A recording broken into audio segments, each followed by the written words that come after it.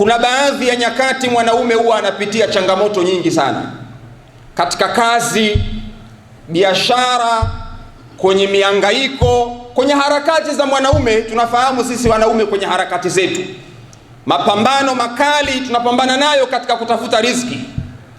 Lakini inafika mahala mwanaume akirudi nyumbani huwa anapenda kupata kitu kinaitwa listening ear, sikio ambao laweza yani mwanaume anataka kusikilizwa, kwamba amerudi aliwazwe, azungumze na mtu ambaye atamsikiliza, atamheshimu, atampa maneno mazuri, yani lazima apate huyo mtu.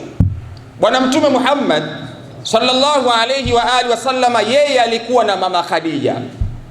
Wale makuraishi walipokuwa wanamuudhi na kumkera Bwana Mtume Muhammad, Mtume sehemu ambayo alikuwa akienda kupata utulivu kulikuwa ni kwa mama Khadija.